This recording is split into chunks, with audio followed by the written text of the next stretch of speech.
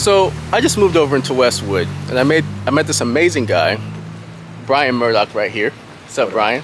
What's going on? So Brian owns All World Communications, which does technology, mainly surveillance, networking, voice over IP, and access control, nationwide. So we've been walking our dogs every other day.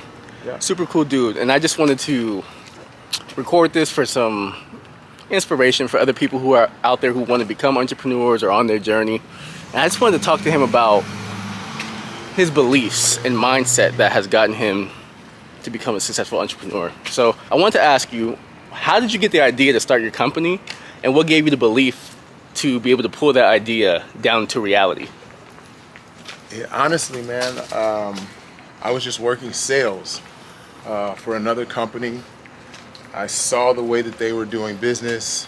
I saw how my clients were interacting with me, and one of my best friends needed a job, and he was struggling, and I saw an opportunity to change kind of the paradigm for him as well as myself. Mm-hmm. Across the street here. Yeah. And so in that, I started All World Communications. It was a crazy way. The company that I worked for told me that we couldn't do a large-scale job for Brookfield Properties, is at that point one of the largest building owners in America. They wanted us to do a large project in San Francisco.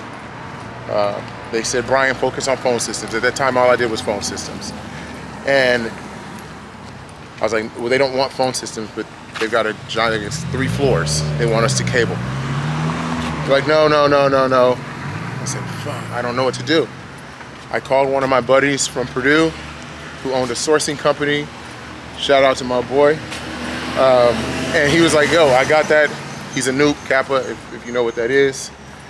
He's like, yo, I got it. He's like, if you get this closed, I'll send you $20,000 the next day. I didn't believe it. I got it closed because that's what I do. I believe in what I do. And the very next day, he sent me 20 racks. My best friend, Ryan, who had actually given me the job, told me, dude, you only got 20 grand? That was a $500,000 job. And so from then, I was like, oh, no wonder he sent it the next day so fast. Yeah. That's the day that I decided I needed to start my own business. Oh, yeah. That was it. That was the point. In terms of belief, my father started a construction company called Murdock and Sons. He started actually the year I was born in 1977. That's dope. And Murdock and Sons Construction ended up being, at the time, one of the largest minority construction companies in the Midwest. His company and Powers Construction Company. And he did really well for a long time, but he did not, unfortunately, have the knowing of empathy and compassion, as well as really just treating people the way you want to be treated. Right. Yeah, so that's it. I saw him do it. I knew that I could do it. No, that's super inspiring. And that also is a testament to just the power of proximity and what you're around and what your subconscious mind is exposed to kind of sets the bar, what you believe is possible. Yeah. So I think that's really important. We talked earlier, do you think without say if your father wasn't into business, good, how are you? Let's say your father wasn't into business, you think with the power of the mind, you could have found your way still into business? My belief is that we are all put on this earth with a program. Mm-hmm.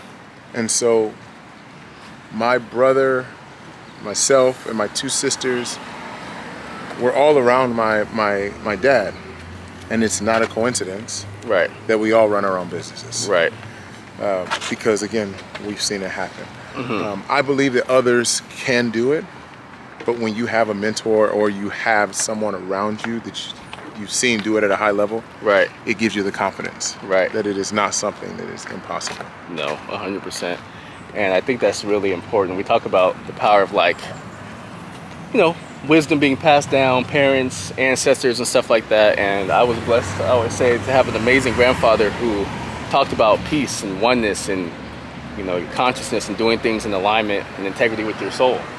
And as I walked through this world, I realized that's not necessarily everybody. but I can't judge because I'm like, oh, I was pre-exposed to just higher thinking about myself and what this realm is and how to treat other people. Yeah. So it kind of makes you realize that, oh, you know, the power of proximity and the mindset you're around really can shape the human psyche. 100%. And the other side of that is my father was both a hard worker, disciplined man, but I also was blessed to have my mother, who was what I tell people is a saint. She was the most compassionate, empathetic, giving human that God may have ever put on this earth. And so me having those two people in my life shaped me to be who I am. And that is why I've always known that God had a large calling on my life, and nothing has changed. So, All World Communications, doing great. We met each other outside of my place, and Brian just became a client of mine, which is really cool. I don't think it was coincidence. I think it was just natural, divine alignment. So, okay, you've built and scaled your company, done well in your company. What do you think God has put you here for on the planet to do? What would you describe your purpose? Or, you know, there may be multiple purposes. I'm sure being a great father is a purpose. Being a mentor could be a purpose. What do you think is your natural gift that you're here to give the world? My mission that I believe is to show others how to transcend the human beliefs of lack and become our highest selves. I grew up in the hood.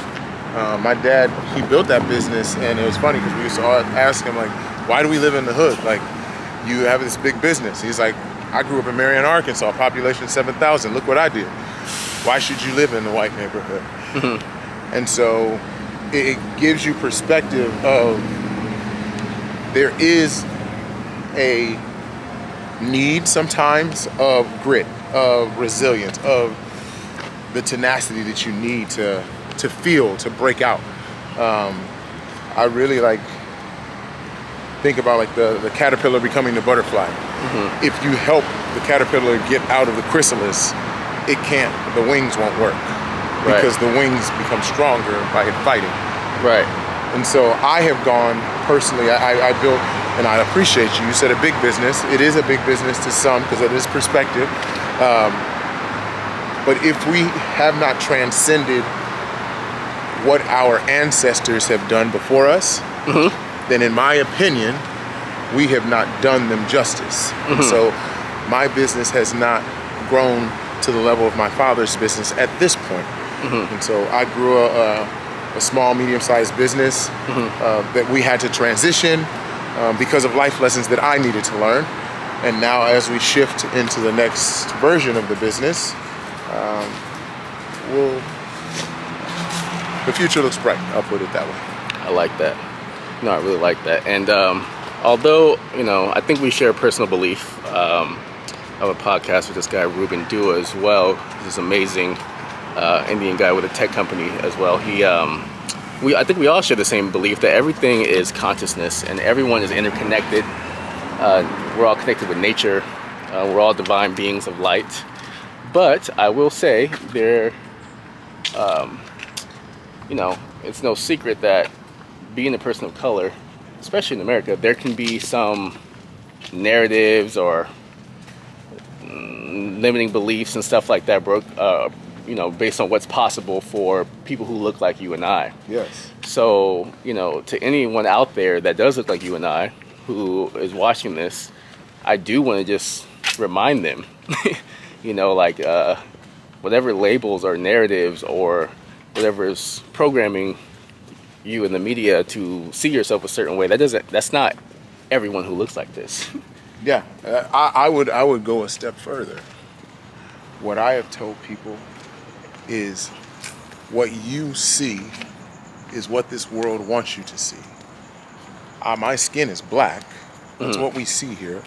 But I don't operate in this world as a black person. People for a long time ask me, why don't you have MBE? Why don't you have one of these designations for your company? Because there's money there. Because I told people, my company is as good as any other white company, so I don't need a designation of minority business. Yeah, those things are good, and we have done that since. I move in this world as a human. I may just be more melanated than most. And my experience is, my father told us, your skin is black, you're gonna have to work harder, you're gonna have to do more, you can't make as many mistakes. That is not an excuse. Just know that, now go get to work. And that's what I've done. Wow, absolutely amazing. Okay, all world communications. And I don't know, maybe I'll start like some type of wealth series. I had a friend, her name is Becca. She's in the marketing business, and she would go to these community events called wealth walks, where she would go on walks with other entrepreneurs and just talk. So who knows, maybe we'll start something like this, and I'll just interview other great people. But love it. Really cool.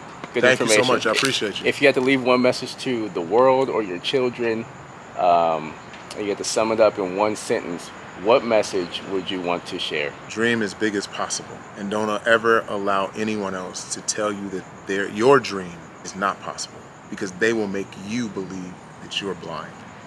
You heard it. See you guys.